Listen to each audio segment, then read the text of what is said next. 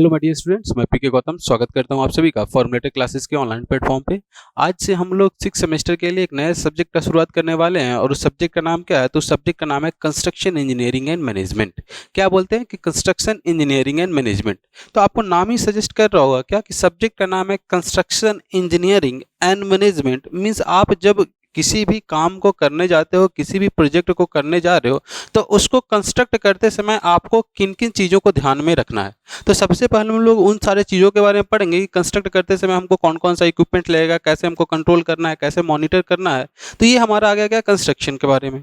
उसके बाद इसी में कंस्ट्रक्शन इंजीनियरिंग के साथ साथ आपको पढ़ना क्या है, इसका मैनेजमेंट, कि कैसे हम लोग मैनेजमेंट करेंगे। तो अब मैनेजमेंट क्या होता है? सिंपली अगर आपसे ये पूछा जाए कि मैनेजमेंट क्या होता है, जैसे आप भी अब पढ़ाई कर रहे हो, तो आप तैयारी कर रहे हो सेमेस्टर का, तो सेमेस्टर का तैयारी करते समय आप ये ध्यान रखते हो ना कि हाँ भाई 6 महीने का मेरा सेमेस्टर है, तो हम ऐसा करेंगे कि 4 महीने में पूरा का पूरा सिलेबस कवर करेंगे, बाकी का 2 महीना का जो टाइम है उसको हम लोग रिवीजन के लिए रखेंगे। तो ये जो आप टाइम को मैनेज कर रहे हो, ये क्या कहलाएगा? यही तो मैनेजमेंट है। तो उसी तरह से जब हम लोग इस सब्जेक्ट को पढ़ेंगे तो उसमें हम लोग ये देखेंगे कि कोई भी जो मेरा कंस्ट्रक्शन का काम है, तो उस कंस्ट्रक्शन के काम को कैसे मैनेज किया जाए या कैसे मैनेजमेंट किया जाए। कि जो मेरा आपको पता है कि सिविल इंजीनियरिंग का मेनली जो हमारे पास दो मोटो है। सबसे पहला क्या कि जो मेरा काम होना चाहिए वो स्टेबल होना चाहिए, मतलब उसका स्ट्रेंथ ऐसा होना चाहिए कि कोई भी आपका स्ट्रक्चर के ऊपर लोड आ रहा है तो उसको बियर कर ले। मतलब सबसे फर्स्ट क्राइटेरिया आपका सेफ्टी है। तो मतलब आप जो भी स्ट्रक्चर बनाओगे वो सेफ होना चाहिए। अब सेफ बनाने के चक्कर में ऐसा ना हो जाए कि उसको हम लोग अनइकोनॉमिकल बना दें। तो ये दोनों क्राइटेरिया हमको ध्यान में रखना है कि स्ट्रक्चर मेरा सेफ भी हो और उसके साथ साथ इकोनॉमिकल भी हो। अब इन दोनों क्राइटेरिया को हम लोग पढ़ेंगे किस में? जब हम लोग कंस्ट्रक्शन इंजीनियरिंग के बारे में पढ़ेंगे क्या कि सेफ्टी और इकोनॉमिकल कैसे ध्यान में रखा जाए। लेकिन उसके साथ साथ आपने क्या देखा कि सेफ भी बनाना है, इकोनॉमिकल भी बनाना है, बट एक चीज और आ जाता है जिसको हम लोग बोल देते हैं टाइम। अब आपको पता है कि जैसे जैसे टाइम बढ़ते जाएगा वैसे वैसे आपका कॉस्ट भी बढ़ते जाएगा। क्योंकि जैसे मान लेते हैं कि आप कोई भी इक्विपमेंट जो है वो बोरो करके लाए होगे अपने कंस्ट्रक्शन। जैसे मान लेते हैं कि यही हमारा छत था, छत का कास्टिंग करना था, तो जब इस रूफ का कास्टिंग कर रहे होंगे तो उसके लिए बहुत सारा इक्विपमेंट आपको बाहर से बोरो करना पड़ेगा। आप जो शटरिंग करने के लिए जो चीज़ यूज करोगे, शटरिंग करने में जो फॉर्म वर्क मेरा होगा तो फॉर्म वर्क में, तो ये सारा चीज़ जब आप बाहर से बोरो कर रहे हो तो उसके लिए आपको रेंट देना पड़ रहा है। तो अगर इसमें आपने ज़्यादा टाइम के लिए शटरिंग को रख लिया है तो या फॉर्म वर्क को रख लिया है, तो उस केस में आपको हो सकता है कि पैसा ज़्यादा देना पड़ जाए। तो उसके लिए आप क्या चाहिएगा कि आपका टाइम कम से कम लगे। तो कैसे करके हम लोग एक इफिशिएंट टाइम डिसाइड करें जिसके करस्पॉन्डिंग मेरा प्रोजेक्ट का कॉस्ट मिनिमम हो, यही हमारा क्या कहलाएगा? मैनेजमेंट कहलाएगा। तो इस पूरे सब्जेक्ट में हम लोग यही पढ़ने वाले हैं कि कैसे कैसे करके किसी भी कंस्ट्रक्शन में हम लोग को इंजीनियरिंग, कंस्ट्रक्शन इंजीनियरिंग में कौन कौन से इक्विपमेंट का यूज आने वाला है, कैसे उसको ऑपरेट करेंगे, या किस ढंग से हम अपने पूरे प्रोजेक्ट को चलाएं कि जो मेरा प्रोजेक्ट हो वो मिनिमम टाइम में विथ मिनिमम कॉस्ट के साथ कंप्लीट हो जाए। तो इस पूरे मॉड्यूल में ये जो पूरा टॉपिक है आपका, इस पूरे टॉपिक में आपको 8 मॉड्यूल्स पढ़ने हैं। उसमें जो सबसे पहला मॉड्यूल है वो क्या है? Basic of construction. तो आज हम लोग पढ़ने वाले हैं बेसिक्स ऑफ कंस्ट्रक्शन के बारे में कि आखिर कंस्ट्रक्शन करने का मेरा बेसिक्स क्या क्या होता है। तो इसमें जो आपका सबसे फर्स्ट टॉपिक आपके सिलेबस में मेंशन है वो मेंशन क्या है? Unique feature of construction. Construction का मेरा यूनिक फीचर क्या होता है। तो अब जैसे देखिए, कोई भी काम, जैसे आपको घर ही बनाना था आप थे, आपके भाई थे, आप लोग दोनों को घर बनाना था, तो आप दोनों ने क्या सोचा कि हम लोग बिल्कुल एक जैसा घर बनाएंगे।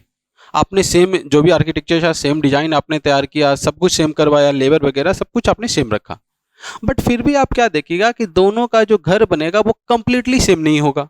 हो सकता है कि उनका घर थोड़ा सा पहले खत्म हो जाए, आपका घर थोड़ा डिले से खत्म हो सकता है कि उनमें कॉस्ट थोड़ा सा ज़्यादा लग जाए, आपके प्रोजेक्ट में कॉस्ट कम लग जा रहा हो। मतलब कुछ ना कुछ तो डिफरेंट आ ही जाएगा। तो यही चीज़ क्या बोला जा रहा है कि आप कोई भी प्रोजेक्ट को बिल्कुल एग्जैक्टली सेम तरीके से ख़त्म नहीं कर सकते हो, उसमें कुछ ना कुछ डिफरेंस आ ही जाएगा। यही किसी भी कंस्ट्रक्शन काम को अपने आप में यूनिक बनाता है। तो आपको ध्यान में क्या रखना है कि अगर जहाँ पे आपको बात किया जाए यूनिक फीचर ऑफ कंस्ट्रक्शन का, तो यूनिक फीचर ऑफ कंस्ट्रक्शन में आपको यही ध्यान में रखना है कि कोई भी सिविल इंजीनियरिंग के कंस्ट्रक्शन के काम का अगर बात करें तो वो एग्जैक्टली अपने जैसा सेम रिपीट नहीं होगा। तो क्या ध्यान में रखना है कि no any civil engineering work will repeat exactly the same. कभी भी एग्जैक्टली सेम तरीके से रिपीट नहीं होगा। इसी चीज को हम लोग बोलते हैं क्या? Unique features of construction. तो अब समझते हैं कि यूनिक फीचर्स ऑफ कंस्ट्रक्शन को अगर लैंग्वेज के फॉर्म में हमको लिखना होगा तो लैंग्वेज के फॉर्म में कैसे लिखेंगे। तो जब भी हम लोग किसी भी काम को करते हैं तो उस काम को हम लोग क्या बोलते हैं? जैसे अभी आप लोग तैयारी कर रहे हो, तो आपका ये जो तैयारी का जो फेज है वो क्या कहलाएगा? वो आपके लिए एक प्रोजेक्ट के जैसा है। मीन्स आप अच्छे से पढ़ाई कीजिएगा, पढ़ाई करके एक जॉब लीजिएगा, तो मतलब क्या है? एक प्रोजेक्ट है आपने इसमें टाइम ड्यूरेशन फिक्स कर रखा है कि फर्स्ट ईयर से आपने टाइम स्टार्ट किया कि 4 साल में आपका डिग्री कंप्लीट होगा, 5वें साल में आपके पास जॉब आएगा। मतलब ये आपने जो टाइम डिसाइड किया, तो यही बोला जा रहा है क्या कि आपका एक प्रोजेक्ट था, प्रोजेक्ट कैसा होना चाहिए। तो प्रोजेक्ट के बारे में आपने क्या बोला कि एक इनिशियल टाइम था जिसमें आपने अपने पढ़ाई को स्टार्ट किया, और एक फाइनल टाइम था जिसमें आपको डिग्री मिल गया। तो ये जो बोला जा रहा है, ये जो आपका प्रोजेक्ट है, तो प्रोजेक्ट के बारे में आपको क्या पता चला। तो प्रोजेक्ट के बारे में ये पता चला कि आपका एक इनिशियल स्टार्टिंग टाइम होगा और एक फाइनल फिनिश टाइम होगा। मतलब आपका जो प्रोजेक्ट होगा वो टेम्पररी नेचर का होगा। टेम्पररी इन द सेंस कि कुछ समय के बाद उस प्रोजेक्ट को कंप्लीट होना ही होना है। आगे चल करके हम लोग पढ़ेंगे कि कुछ टर्म्स, कुछ वर्क ऐसे होते हैं जैसे research and development types of work, उसमें आपको इनिशियल टाइम तो पता होता है लेकिन फाइनल टाइम पता नहीं होता है। तो उन सब को लिए हम लोग आगे से अलग में पढ़ेंगे कि पर्ट एनालिसिस से कैसे उन लोग को हम लोग डिसाइड करेंगे। बट अभी हम लोग ऐसा मान करके चल रहे हैं कि कोई भी काम होगा तो उसका एक स्टार्टिंग टाइम और एक फिनिश टाइम आपको पता होता है। तो अगर स्टार्टिंग टाइम और फिनिश टाइम आपको पता है, मतलब वो वर्क टेम्पोररी नेचर का है। टेम्पोररी इन द सेंस कि कुछ समय के बाद आपका वो प्रोजेक्ट कंप्लीट हो जाएगा। तो वही चीज़ आपको यहाँ पे पढ़ना है क्या कि सबसे पहले कि प्रोजेक्ट होता क्या है। तो प्रोजेक्ट मतलब ऐसा समझ लीजिए कोई भी काम। तो जैसे मान लेते हैं कि आप लोग 10 लोग या 20 लोग, जो भी आप जितने भी आपके बैच में है स्टूडेंट्स है, सिविल इंजीनियरिंग कर रहे हैं, तो सब लोगों ने क्या देखा है, सिविल इंजीनियरिंग को ही करना है, सिविल इंजीनियरिंग करना है सबको। सबके लिए इनिशियल टाइम भी सेम है, फाइनल टाइम भी सेम है। अगर सब वो एक कोचिंग में भी पढ़ते हैं, फिर भी एक इंस्टीट्यूट में भी जहाँ पे भी आप लोग पढ़ रहे हैं, फिर भी आप क्या देखिएगा कि जो भी 60 लोग या 120 लोग आपके बैच में है, वो सारे लोगों का तैयारी करने का ढंग अलग अलग है। मतलब कोई भी जो लोग हैं वो एग्जैक्टली सेम ढंग से प्रिपरेशन नहीं कर रहे हैं। हो सकता है कोई ज़्यादा पढ़ रहा हो सकता है कोई कम पढ़ रहा हो। तो इसमें भी आप देख रहे हो क्या कि ये जो प्रोजेक्ट है, इस प्रोजेक्ट में भी सबका अपना अपना यूनिक है काम करने का तरीका। तो वही बोला जा रहा है क्या कि कोई भी सिविल इंजीनियरिंग का वर्क हो या कोई भी प्रोजेक्ट हो, वो एग्जैक्टली सेम रिपीट नहीं हो सकता है। कब, जब हम लोग सिविल इंजीनियरिंग के बारे में बात करते हैं तब। वही अगर मैन्युफैक्चरिंग में आप बात कीजिएगा तब आप देखिए क्या कि एक ही जैसा प्रोजेक्ट, जैसे मान लेते हैं कि ये मार्कर, अभी जो मार्कर मैन्युफैक्चरिंग वाला कंपनी होगा वो सेम मार्कर बार बार रिपीट, बार बार प्रोडक्ट करते, जो बना मैन्युफैक्चर करते जा रहा है, तो वहाँ पे ये चीज़ बार बार सेम रिपीट हो सकता है। लेकिन अगर सिविल इंजीनियरिंग के बारे में हम लोग बात करते हैं तो कोई भी कंस्ट्रक्शन का काम कभी अपने आप को रिपीट नहीं करेगा। और इसी चीज़ को हम लोग क्या बोल देंगे, तो इसी को बोल देंगे यूनिक फीचर ऑफ कंस्ट्रक्शन। तब लैंग्वेज के रूप में समझते हैं कि क्या होता है यूनिक फीचर ऑफ कंस्ट्रक्शन। तो उसमें सबसे पहला टर्म आता है क्या, प्रोजेक्ट। तो प्रोजेक्ट के बारे में क्या बोला गया कि ये project is a temporary endeavour. Temporary endeavour मतलब समझ लीजिए क्या, टेम्पररी वर्क। क्या बोला गया कि ये project is a temporary work undertaken to provide a unique product, service और रिजल्ट। मीन्स आपका प्रोजेक्ट क्या हो गया कि एक टेम्पोररी काम है, एक कोई ऐसा काम है जो कि क्या होता है कि आपको एक यूनिक प्रोडक्ट, एक अनोखा प्रोडक्ट देता है, या एक यूनिक सर्विस आपको एक अनोखा या फिर अपने आप में एक सर्विस प्रोवाइड करता है, और एक आपको बोल सकते हो क्या कि आपको कुछ एक अनोखा रिजल्ट देता है। वही क्या कहलाता है, वही हमारा प्रोजेक्ट कहलाता है। अब इसमें आपने देखा क्या कि जो मेरा प्रोजेक्ट था वो कैसा वर्क था, टेम्पोररी वर्क था। तो टेम्पोररी वर्क से आपको क्या समझना है कि किसी भी प्रोजेक्ट का मेरा एक फिक्स्ड स्टार्टिंग टाइम होगा और एक फिक्स्ड फाइनल टाइम होगा। मतलब क्या होगा कि जो मेरा प्रोजेक्ट होगा उसका कुछ ना कुछ एक फाइनाइट ड्यूरेशन होगा, और इसी फाइनाइट ड्यूरेशन रहने के कारण इसको हमने क्या बोल दिया, टेम्पोररी बोल दिया। अब टेम्पोररी मतलब ये मत समझ लेना है कि सब प्रोजेक्ट टेम्पोररी मतलब छोटा सा 1 घंटे 2 घंटे का होगा, ऐसा नहीं है, ठीक है। तो वही बोला जा रहा है क्या कि टेम्पोररी मतलब क्या है कि टेम्पोररी में nature of the project means the project are of short duration. अब शॉर्ट ड्यूरेशन का मतलब ये नहीं समझना है 1 मिनट 2 मिनट या 1 घंटा 2 घंटा। शॉर्ट ड्यूरेशन का मतलब क्या है कि that is every project has a definite starting point and end point. मतलब हर एक प्रोजेक्ट का एक डेफिनेट स्टार्टिंग पॉइंट होगा और एक डेफिनेट एंड पॉइंट होगा। यही चीज आपको कौन बताता है, तो प्रोजेक्ट का टेम्पररी नेचर। अब दूसरा वर्ड का अगर बात करते तो दूसरा वर्ड इसमें क्या आया, तो दूसरा वर्ड आया इसमें यूनिक। क्या बोला गया कि project is a temporary endeavour. Project मेरा एक टेम्पररी वर्क है अंडरटेकन टू प्रोवाइड, जो कि हमको प्रोवाइड करेगा एक यूनिक प्रोडक्ट। अब यूनिक प्रोडक्ट को ही आपके टॉपिक में, आपके सिलेबस में मेंशन कर दिया गया कि क्या होता है यूनिक फीचर ऑफ कंस्ट्रक्शन। तो अगर हम बात करें यूनिक फीचर ऑफ कंस्ट्रक्शन का, तो यूनिक फीचर ऑफ कंस्ट्रक्शन के बारे में क्या बोला गया कि unique feature of project refers that any project can never be repeated exactly the same. मतलब यूनिक फीचर आपका जो प्रोजेक्ट का यूनिक फीचर है वो क्या बताता है कि कोई भी जो प्रोजेक्ट होगा वो कभी भी एग्जैक्टली सेम तरीके से रिपीट नहीं करेगा।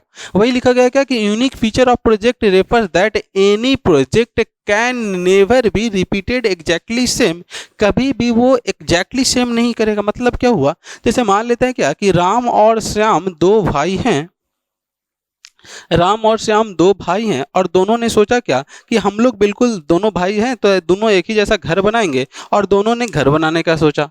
तो घर बनाने के लिए जब उन्होंने डिजाइन बनाना शुरू किया तो डिजाइन बनाने के लिए वो लोग सेम आर्किटेक्ट के पास गए, दोनों के पास जो एरिया अवेलेबल था वो भी सेम था। तब यहाँ पे आपने क्या देखा कि दोनों के पास जब एरिया सेम था, डिजाइन सेम आया, तो उस केस में जो प्रोडक्ट आना चाहिए था वो प्रोडक्ट भी सेम आना चाहिए था। तो ये तो यूनिक फीचर रहा नहीं। लेकिन क्या हो गया कि जैसे ही इसने काम करना स्टार्ट करवाया उसी दिन से इसने भी काम करना स्टार्ट करवाया, इसने भी 20 लेबर रख रखे थे, इसने भी 20 लेबर रख रखे थे, बट जो 20 लेबर इसने रख रखा है और 20 लेबर इसने रख रखा है, दोनों का इफिशियंसी तो सेम होगा नहीं। तब आपका क्या होगा कि हो सकता है कि इसके लेबर ज़्यादा इफिशियंट थे तो इसका काम जल्दी कंप्लीट हो जाएगा, इसका काम डिले हो जाएगा। तो यहाँ से आपने देख लिया क्या कि दोनों प्रोजेक्ट एग्जैक्टली सेम नहीं रहेंगे, इन दोनों का स्टार्टिंग पॉइंट एंड पॉइंट खत्म हो गया। उसके बाद आप क्या देखिएगा कि इसके लेबर जो है वो मान सकते हैं कि आके अगर ज़्यादा स्किल्ड होते तो हो सकता है कि इसका जो स्ट्रक्चर बनता वो ज़्यादा स्ट्रेंथ देता है, या फिर बोल सकते हैं क्या कि उसका जो अपीयरेंस रहता है वो ज़्यादा बेटर रहता है एज कम्पेयर टू दिस। यहाँ से भी आपको पता चल रहा है क्या कि ये जो कंस्ट्रक्शन है वो अपने आप में यूनिक है। तो वही बोला जा रहा है क्या कि कभी भी दो प्रोजेक्ट एग्जैक्टली सेम तरीके से रिपीट नहीं कर सकता है। लेकिन हो सकता है कि जब ये जो काम इसने अब क्या सोचा कि ठीक है भैया हम इसी लेबर से काम करवाएंगे ताकि मेरा प्रोजेक्ट जो हो वो बिल्कुल ऐसा ही हो, तब इसने क्या सोचा कि जब इसका काम कंप्लीट हो गया तब इसी लेबर को यहाँ पे लाया गया। अब लाया गया तो ये लोग यहाँ पे काम करना स्टार्ट किए, तो काम करना स्टार्ट किए तो उस समय इन्होंने क्या देखा कि ठीक है इस कंपोनेंट को जितना दिन इसको बनाने में लगा था उतना ही दिन इसको बनाने में भी लग गया। मतलब क्या हो गया कि ये वाला जो कंपोनेंट है वो आपको क्या लग रहा है कि कुछ कंपोनेंट तो हो सकता है कि सेम हो जाए, बट ऐसा हुआ क्या कि जब इसमें काम चल रहा था तो उस समय यहाँ पे रेनी सीजन आ गया जिसमें कुछ दिन काम छोड़ना पड़ गया। तब भी आप क्या देखोगे कि ये प्रोजेक्ट अपने आप में यूनिक है। तो वही बोला जा रहा है क्या कि कोई भी जो दो प्रोजेक्ट होता है वो कभी भी एग्जैक्टली सेम नहीं हो सकता है। हो सकता है कि उसका कुछ पार्ट कुछ एलिमेंट आपको रिपीट कर जाए, बट पूरा का पूरा प्रोजेक्ट बिल्कुल एक ही जैसा रिपीट करे, वो भी कंस्ट्रक्शन के क्षेत्र में, कंस्ट्रक्शन के फील्ड में वो कभी भी पॉसिबल नहीं है।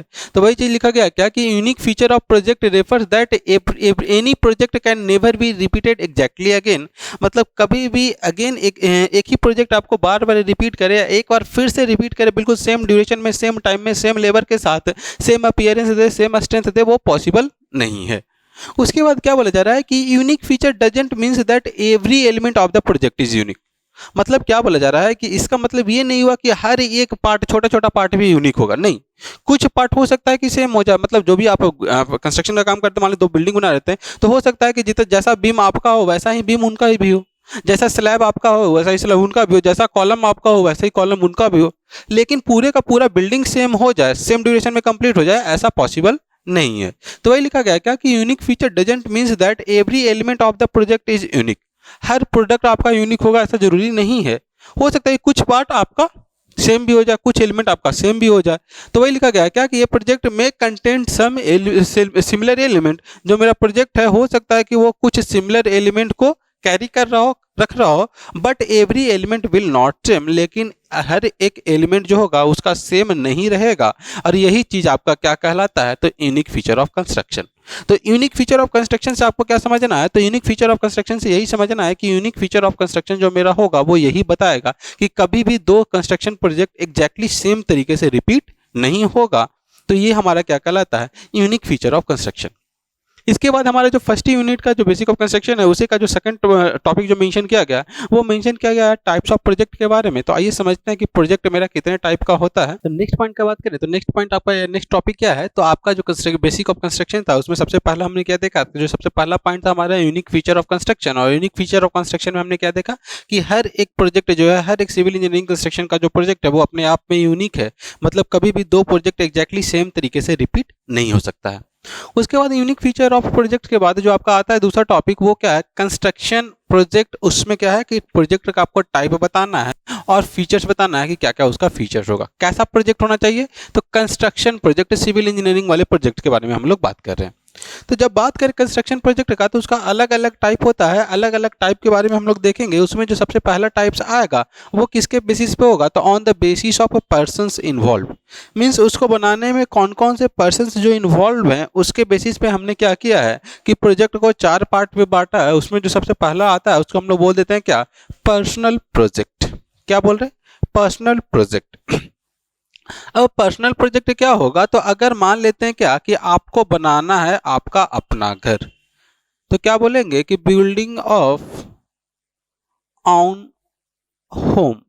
अगर आपको अपने घर बनाने के लिए जो भी प्रोजेक्ट आपका होगा वो क्या कहलाएगा, पर्सनल प्रोजेक्ट कहलाएगा। किसके टर्म में, कंस्ट्रक्शन के बारे में बात करें। उसी तरह से अगर बात करते हैं कि जो आप प्रिपरेशन कर रहे हो, प्रिपरेशन भी आपका एक अपना प्रिपरेशन हो रहा है, तो वो आपका अपना प्रिपरेशन भी क्या कहलाएगा, किसी भी एग्जाम का जो आपका प्रिपरेशन है वो क्या कहलाएगा, वो भी आपका पर्सनल प्रोजेक्ट ही कहलाएगा। तो ये क्या हो गया, पर्सनल प्रोजेक्ट हो गया। दूसरा आता है कि उसको बोल देते क्या, ऑर्गेनाइजेशनल प्रोजेक्ट या बिजनेस प्रोजेक्ट। अब ऑर्गेनाइजेशनल प्रोजेक्ट या बिजनेस प्रोजेक्ट क्या होगा, जैसे देखिए बहुत सारे लोग रियल एस्टेट का बिजनेस करते हैं और उसमें वो क्या करते हैं कि एक पूरा अपार्टमेंट उन्होंने बना लिया और अपार्टमेंट बनाने के बाद उसका क्या करते हैं, वो लोग सेल करते हैं। तो जब अपार्टमेंट बनाने के बाद उसका सेल कर रहे हैं तो उन्होंने क्या किया कि सॉरी, उन्होंने कंस्ट्रक्शन का काम तो किया। अब उसको कंस्ट्रक्शन कर लेने के बाद अब उसका वो लोग क्या कर रहे हैं, जब सेल कर रहे हैं मतलब वो एक पूरा एक सेटअप होगा, उसके लोग में बहुत सारे लोग होंगे जो इन्वॉल्व होंगे कि कौन सा बनाएगा, कौन उसका सेलिंग डिपार्टमेंट में होगा, कौन मैन्युफैक्चरिंग डिपार्टमेंट में होगा। तो अलग अलग पूरा एक बिजनेस सेटअप हो गया।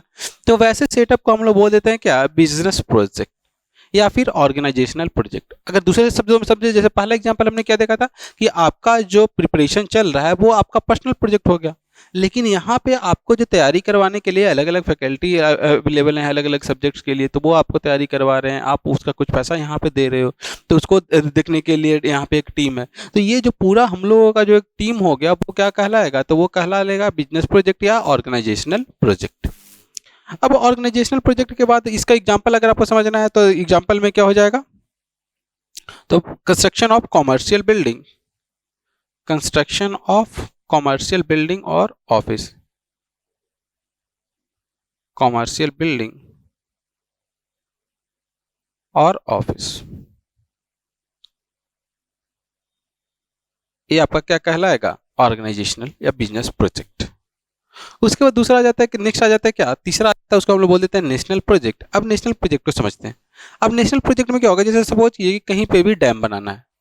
अब उस डैम को जब आप कंस्ट्रक्ट कीजिएगा तो डैम ऐसा तो है नहीं कि सिर्फ आप ही को पानी देगा या फिर जो एक आपका कंपनी है सिर्फ उसी का कंपनी को वो पानी देगा। उस डैम से तो पूरे ऑल ओवर इंडिया में पानी का अगर कुछ भी इलेक्ट्रिसिटी अगर प्रोडक्ट करना है, इलेक्ट्रिसिटी का उसका प्रोडक्शन होगा या पानी स्टोर कर करके वापस से कहीं छोड़ना होगा। तो ये जो कंस्ट्रक्शन ऑफ डैम होगा वो कहीं ना कहीं नेशनल लेवल का काम है। तो ये आपका क्या कहलाएगा, नेशनल वर्क कहलाएगा, नेशनल प्रोजेक्ट कहलाएगा। तो इसमें हम लोग क्या लिख देंगे कि जो आपका कंस्ट्रक्शन ऑफ डैम हो गया, कंस्ट्रक्शन ऑफ डैम, बियर बैराजेस वगैरह, एक सब क्या हो जाएगा, ये आपका नेशनल प्रोजेक्ट का काम हो गया। उसके बाद बात करते हैं जब ग्लोबल प्रोजेक्ट का, तो ग्लोबल प्रोजेक्ट क्या होता है, जैसे अभी कोविड आया था, तो जब कोविड आया था तो सारे पूरे ऑल ओवर जो वर्ल्ड थे सारे वर्ल्ड के लोग एक जगह हो गए और एक जगह होकर के उन्होंने ये सोचा कि भाई कुछ तो कर करके इस बीमारी को दूर भगाना है। उसके बाद उसके लिए क्या किया गया, तो इसके लिए वैक्सीनेशन का वैक्सीन का खोज किया गया, वैक्सीन बनाया गया। तो ये जो चीज़ बना वो क्या कहलाएगा, ग्लोबल प्रोजेक्ट। तो एक ग्लोबल प्रोजेक्ट में आपको याद क्या रखना है, जैसे वैक्सीन का हमने बात किया था यही कोविड के लिए, तो कोविड का वैक्सीन, या फिर जो पोलियो आया था पोलियो के लिए वैक्सीन, तो ये सब क्या कहलाएगा, ग्लोबल प्रोजेक्ट कहलाएगा। अगर कंस्ट्रक्शन के टर्म में बात करते हैं तो ग्लोबल प्रोजेक्ट क्या होगा, तो ग्लोबल प्रोजेक्ट में आप ऐसा मान सकते हैं क्या कि कोई भी, जैसे मान लेते हैं क्या WHO बनाया गया, ठीक है, वर्ल्ड हेल्थ ऑर्गेनाइजेशन या WTO वर्ल्ड ट्रेड जो ऑफिस था वो बनाया गया, तो उसके लिए जो ऑफिस बनेगा वो किस में आ जाएगा, वो ग्लोबल प्रोजेक्ट के काम में आएगा, उसका नाम क्या हो जाएगा, ग्लोबल प्रोजेक्ट हो जाएगा। तो ये हमारे पास क्या आते हैं, 4 तरह के प्रोजेक्ट हो गए, कौन कौन से, personal project, organisational project, national project और ग्लोबल प्रोजेक्ट।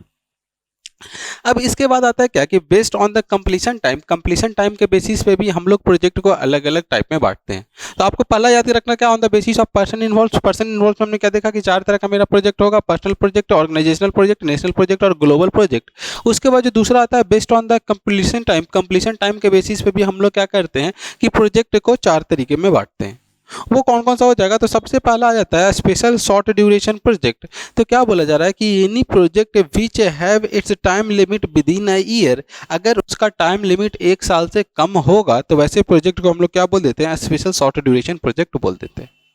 उसके बाद जो दूसरा आता है उसमें क्या बोल देते हैं कि अगर कोई भी प्रोजेक्ट आपका है जिसका टाइम ड्यूरेशन आपका 1 से 3 ईयर के बीच का होगा तो उसको हम लोग क्या बोल देते हैं, तो शॉर्ट ड्यूरेशन प्रोजेक्ट बोल देते हैं। तो short duration projects are those projects which have the time duration of 1 to 3 years.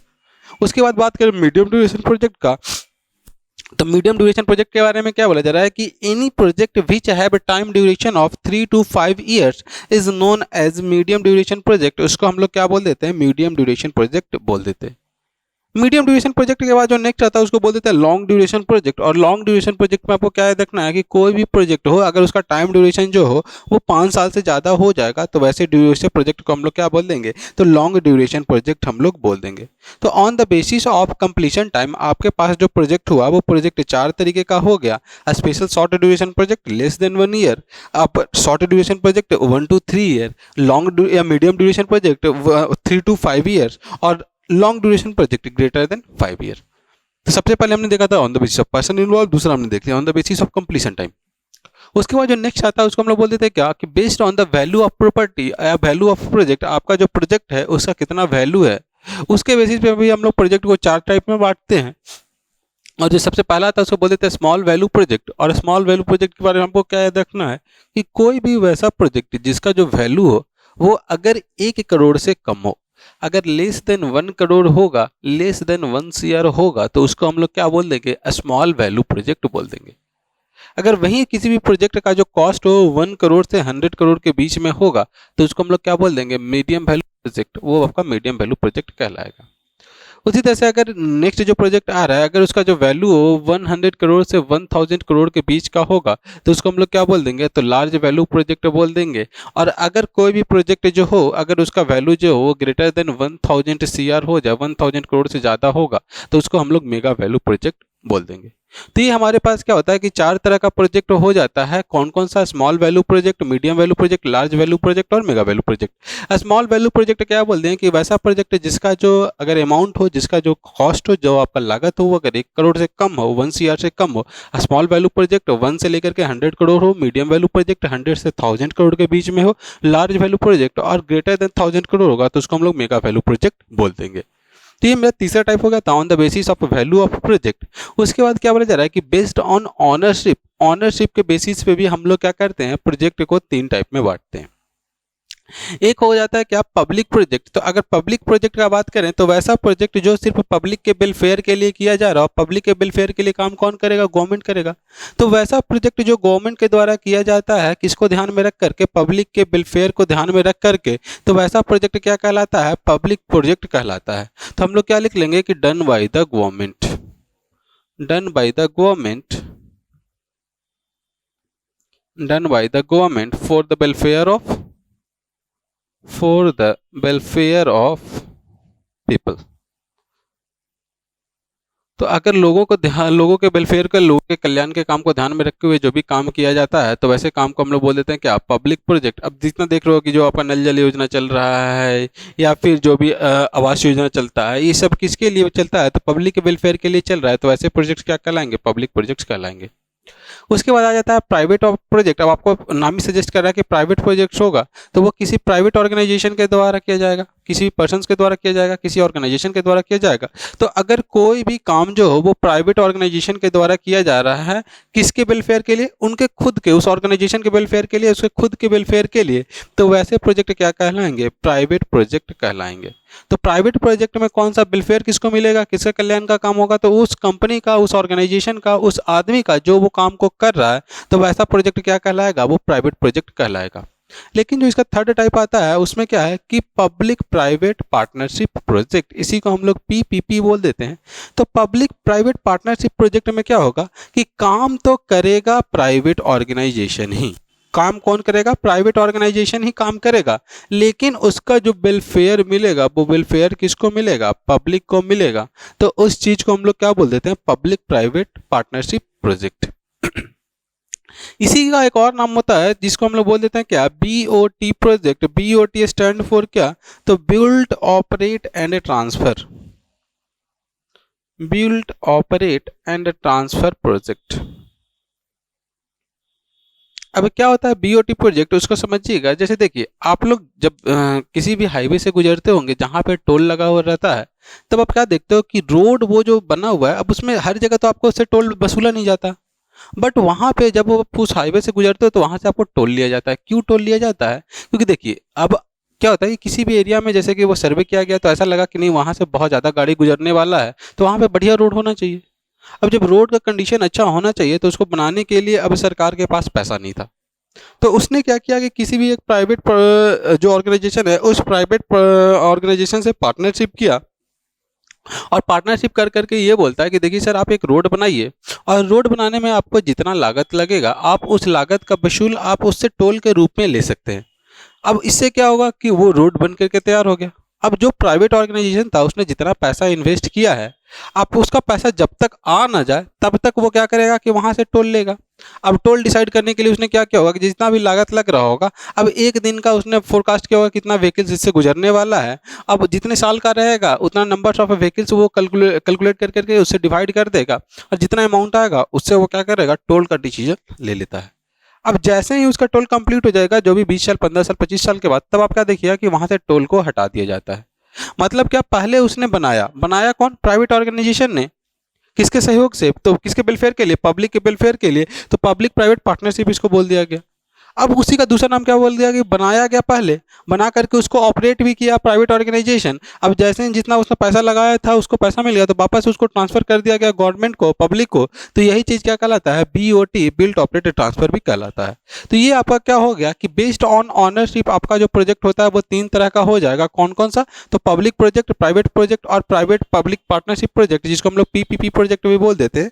तो ये आपको जो पढ़ना था कंस्ट्रक्शन प्रोजेक्ट में टाइप्स के बारे में, तो हमने टाइप्स के बारे में डिस्कस कर लिया। तो टाइप्स में सबसे पहले क्या देखा कि on the basis of person involve, person कौन कौन से इन्वॉल्व थे, तो पर्सन इन्वॉल्व के बेसिस पे हमने 4 तरह का देखा। सबसे पहले आपका पर्सनल प्रोजेक्ट हो गया, उसके बाद ऑर्गेनाइजेशनल हो गया, उसके बाद नेशनल हो गया, और सबसे आखिरी में ग्लोबल हो गया। उसके बाद हमने क्या देखा कि based on the completion time के बारे में हमने क्या देखा कि प्रोजेक्ट मेरा 4 तरह का होगा। एक हो जाएगा स्पेशल शॉर्ट ड्यूरेशन प्रोजेक्ट, वैसा प्रोजेक्ट जिसका time duration less than 1 year हो, तो वैसे प्रोजेक्ट को स्पेशल शॉर्ट ड्यूरेशन प्रोजेक्ट बोल देंगे। दूसरा आपके पास आ गया शॉर्ट ड्यूरेशन प्रोजेक्ट, तो वैसा प्रोजेक्ट जिसका टाइम ड्यूरेशन 1 से लेकर के 3 ईयर के बीच में होगा वो शॉर्ट ड्यूरेशन प्रोजेक्ट कहलाएगा। उसके बाद आ गया medium duration project. Medium duration project के बारे में क्या बोला जा रहा है कि वैसा प्रोजेक्ट जिसका जो टाइम ड्यूरेशन है वो 3 से 5 साल के बीच में रहेगा तो वो मीडियम ड्यूरेशन प्रोजेक्ट कहलाएगा। और वैसा प्रोजेक्ट जिसका time duration greater than 5 year हो, 5 साल से ज़्यादा हो, तो वैसे प्रोजेक्ट को हम लोग लॉन्ग ड्यूरेशन प्रोजेक्ट बोल देंगे। तो दूसरा आपका basis of on the basis of completion time आपने देख लिया। उसके बाद जो नेक्स्ट आता है कि based on the value of project, कि आपका प्रोजेक्ट में कितना पैसा लगने वाला है, उसके बेसिस पे भी हमने क्या किया था, तो प्रोजेक्ट को 4 टाइप में बांटा है। उसमें सबसे पहला जाता है स्मॉल वैल्यू प्रोजेक्ट। तो स्मॉल वैल्यू प्रोजेक्ट में क्या बोल दिया गया कि वैसा प्रोजेक्ट जिसका जो मैन्युफैक्चरिंग कॉस्ट आपके पास आ रहा है, जो भी कॉस्ट उस प्रोजेक्ट का दिया गया वो 1 करोड़ से कम हो, 1 CR से कम हो, तो वो स्मॉल ड्यूरेशन और स्मॉल कॉस्ट प्रोजेक्ट हो जाएगा, स्मॉल वैल्यू प्रोजेक्ट हो जाएगा। उसके बाद मीडियम वैल्यू प्रोजेक्ट क्या बोल दिया गया कि अगर 1 से लेकर के 100 करोड़ के बीच में होगा वो मीडियम वैल्यू प्रोजेक्ट कहलाएगा।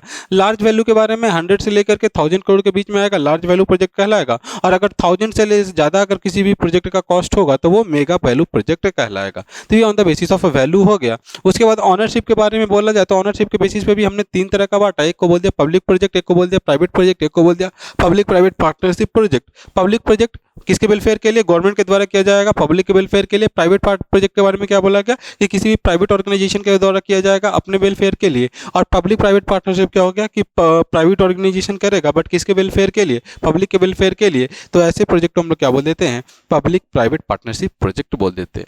तो ये आपके क्या थे, प्रोजेक्ट्स के अलग अलग टाइप्स थे। अब इसके बाद जो हम लोग देखेंगे वो देखेंगे कि क्या होता है कंस्ट्रक्शन प्रोजेक्ट का फीचर्स। तो नेक्स्ट हम लोग देखने वाले हैं फीचर्स ऑफ कंस्ट्रक्शन प्रोजेक्ट। अब हम बात कर रहे हैं अभी हमने बात किया था किसके बारे में, टाइप्स ऑफ प्रोजेक्ट के बारे में। अब हम लोग बात करेंगे किसके बारे में, तो फीचर्स ऑफ कंस्ट्रक्शन प्रोजेक्ट के बारे में, कि किसी भी कंस्ट्रक्शन प्रोजेक्ट का क्या क्या फीचर्स होता है। तो अगर बात करें फीचर्स का, तो सबसे पहला फीचर्स जो आपको ध्यान में रखना है वो क्या है, चेंज। अब चेंज क्या होता है, जैसे मान लेते हैं क्या कि अभी जैसे आपको अपने, हम लोग एग्जाम का तैयारी का बात करते हैं, तो जैसे कि आप जिस एग्जाम का तैयारी कर रहे हो, जैसे सेमेस्टर का तैयारी कर रहे हो, तो अगर एक होता है क्या कि एक बंदा जो है वो पूरा तरीके से मैनेज कर लिया कि हाँ इतने दिन में मेरे को ये सब्जेक्ट पढ़ना है, इतने दिन में ये सब्जेक्ट पढ़ना है, इतने दिन में ये सब्जेक्ट पढ़ना है। अब उसका एक प्रिपरेशन का तैयारी वो हो गया। अब दूसरा बच्चा क्या है कि कुछ नहीं, बस ऐसे ही तैयारी कर रहा है, पढ़ाई कर रहा है, चलते जा रहा है। तो आप क्या देखिएगा, जिसने अपने तैयारी को एज ए प्रोजेक्ट लिया है, एज ए टास्क लिया है, तो उसका जो आउटकम आएगा बाकी स्टूडेंट्स के कंपेयर में बेहतर आएगा। मीन्स वही बोला जा रहा है क्या कि आपका जो भी प्रोजेक्ट है वो कहीं ना कहीं एक चेंज को लेकर के आता है आपके रिजल्ट में, आपके प्रोडक्ट में, आपके आउटपुट में। तो वही बोला जा रहा है क्या कि projects are way introduce a change. आपका जो प्रोजेक्ट होता है वो एक जरिया होता है चेंज लाने का। तो सबसे पहला फीचर्स यही है, क्या, चेंज। तो project are a way to introduce a change. दूसरा पॉइंट बोला जा रहा है क्या, टेम्पोररी। तो अभी हमने बात किया था टेम्पोररी के बारे में, क्या कि जितने भी प्रोजेक्ट होते हैं वो सारे के सारे टेम्पररी नेचर के होते हैं। Temporary nature in the sense कभी भी ये नहीं सोचना है कि जो प्रोजेक्ट से मेरा आउटपुट मिल रहा है वो टेम्पररी नेचर का है, मतलब घर बनाए 10 दिन चला खत्म हो गया, वो नहीं। आउटपुट के बारे में नहीं, जो आपका आउटकम आ रहा है उसके बारे में, प्रोडक्ट के बारे में बात नहीं हो रहा है। टेम्पररी मतलब क्या कि कोई भी जो प्रोजेक्ट होगा उसका एक फिक्स्ड स्टार्टिंग टाइम होगा और एक फिक्स्ड एंड टाइम होगा, और इसी के बीच के ड्यूरेशन को ही हम लोग क्या बोल देते हैं, प्रोजेक्ट टाइम बोल देते हैं। तो टेम्पोररी मतलब क्या याद रखना है कि every project has a definite starting and ending point. हर एक प्रोजेक्ट जो होता है उसका डेफिनेट स्टार्टिंग और एंडिंग पॉइंट होगा। उसके बाद थर्ड बोला जा रहा है यूनिक। तो अभी बताया गया था यूनिक के बारे में। तो यूनिक के बारे में यही बोला गया था कि दो प्रोजेक्ट जो है वो कभी भी बिल्कुल एग्जैक्टली सेम तरीके से रिपीट नहीं हो सकता है। अब जब एग्जैक्टली सेम तरीके से रिपीट नहीं हो सकता है का मतलब क्या हुआ कि उसमें कुछ ना कुछ यूनिकनेस आएगा। कभी भी दो प्रोजेक्ट एग्जैक्टली सेम नहीं हो रहा, मतलब दोनों प्रोजेक्ट में कुछ ना कुछ अलग है। तो जब अलग है मतलब प्रोजेक्ट आपका यूनिक है। तो एक फीचर प्रोजेक्ट का यही होता है कि no two project can exactly be same. कभी भी दो प्रोजेक्ट एग्जैक्टली सेम नहीं हो सकते। उसके बाद नेक्स्ट आता है, उसको हम लोग बोल देते हैं लाइफ साइकिल। अब लाइफ साइकिल का बारे में अभी बताया था क्या कि प्रोजेक्ट का एक फिक्स्ड स्टार्टिंग टाइम और फिक्स्ड एक एंड टाइम होगा। तो उसके बीच में जो टाइम ड्यूरेशन रहता है उसी को हम लोग बोल देते हैं क्या, लाइफ साइकिल।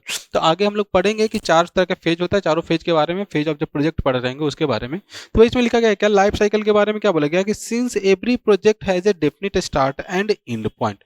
हर एक प्रोजेक्ट का एक डेफिनेट स्टार्ट और एंड पॉइंट होता है। तो वही बोला जा रहा है क्या कि the time period between this time, या दिस दोनों पॉइंट जो स्टार्टिंग पॉइंट और एंडिंग पॉइंट के जो टाइम पीरियड है उसको हम लोग चार फेजेस में बांटते हैं। आगे चार फेज क्या क्या होता है, मॉनिटरिंग क्या होता है, कंट्रोलिंग क्या होता है, एग्जीक्यूशन, ये सारे चीज के बारे में आगे हम लोग अभी पढ़ेंगे। तो अभी बस समझ लीजिए क्या कि प्रोजेक्ट का एक फीचर ये भी है कि उसका एक फिक्स लाइफ साइकिल होता है। उसके बाद नेक्स्ट टर्म आता है, उसको हम लोग बोल देते हैं क्या, डेफिनेट ऑब्जेक्टिव और गोल्स। मीन्स हर एक प्रोजेक्ट का एक डेफिनेट ऑब्जेक्टिव और गोल होता है। मतलब क्या कि आप जो भी जैसे एग्जाम की तैयारी कर रहे हो तो आपका गोल है ना कि आप एग्जाम में अच्छे मार्क्स से स्कोर कर पाओ। तो वही बोला जा रहा है क्या कि हर एक प्रोजेक्ट का एक डेफिनेट ऑब्जेक्टिव या गोल होता है। ये हमारा एक और फीचर होता है प्रोजेक्ट का। तो वही लिखा गया क्या कि for any project there is a fix target.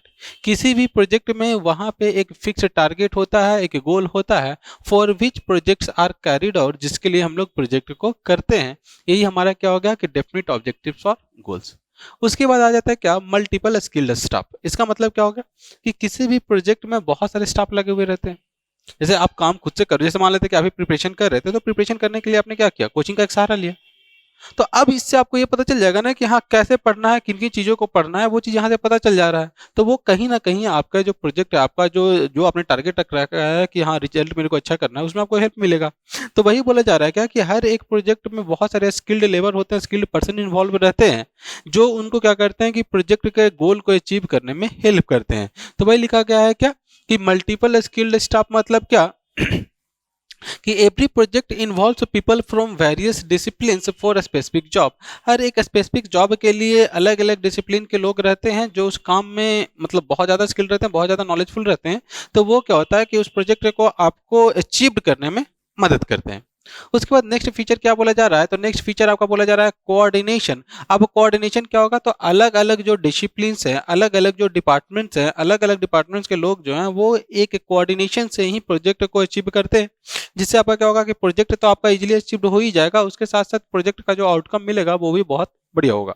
वही लिखा गया है क्या कि all the task and efforts should be coordinated such that there is a effective and efficient achievement of गोल।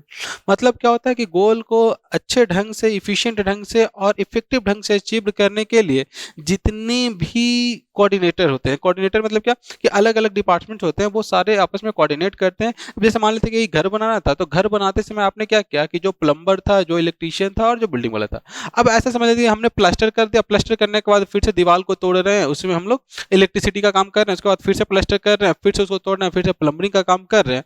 तो उसमें क्या होगा कि आपका जो काम होगा उतना इफिशियंट नहीं हो पाएगा। बट आप जिस समय दीवार बना रहे थे उसी समय आपने क्या किया, इलेक्ट्रिसिटी का भी जुगाड़ कर दिया, उसी समय आपने प्लम्बर को बुला करके वहां से पाइपिंग का भी सिस्टम कर लिया। तो इसको हम लोग क्या बोल रहे हैं कि इस तरह से जब अगर अलग अलग जो डिसिप्लिन वाले लोग हैं, अगर उनसे आप कोऑर्डिनेट कर करके काम को करोगे तो वो जो काम होगा आपका इफिशियंट होगा और इफेक्टिव मैनर में कंप्लीट होगा। तो यही हमारा नेक्स्ट फीचर क्या हो जाता है, कोऑर्डिनेशन, अलग अलग डिसिप्लिन के बीच के लोगों के बीच का आपसी तालमेल क्या कहलाएगा, कोऑर्डिनेशन कहलाएगा। उसके बाद बात करते हैं किसका, सबलेटिंग का। तो सबलेटिंग क्या बोला जा रहा है कि प्रोजेक्ट का एक फीचर ये भी होता है सबलेट। अब सबलेट मतलब ऐसा समझना कि कोई एक बड़ा सा काम है जिसको आप अकेले नहीं कर सकते हो, तो उसको काम को हम लोग छोटे छोटे पार्ट में ब्रेक करते हैं और वो अलग अलग डिपार्टमेंट से, अलग अलग एजेंसी से करवाते हैं। जैसे घर का ही बात कर रहे थे, तो क्या होता है कि घर कोई जो कॉन्ट्रेक्टर है, कॉन्ट्रेक्टर आपको घर बना दिया, उसको क्या चाहिए था कि पेंटिंग करने के लिए उसके पास लेबर नहीं था, तो उसने क्या किया कि पेंटिंग करने के लिए पेंटर को अलग से हायर कर लिया। तो उसने क्या किया कि ये जो प्रोजेक्ट था जिसमें आपको उसका घर को फिनिश कर करके देना था, उसमें वो पेंटिंग करने के लिए अलग से लोगों को बुलाया।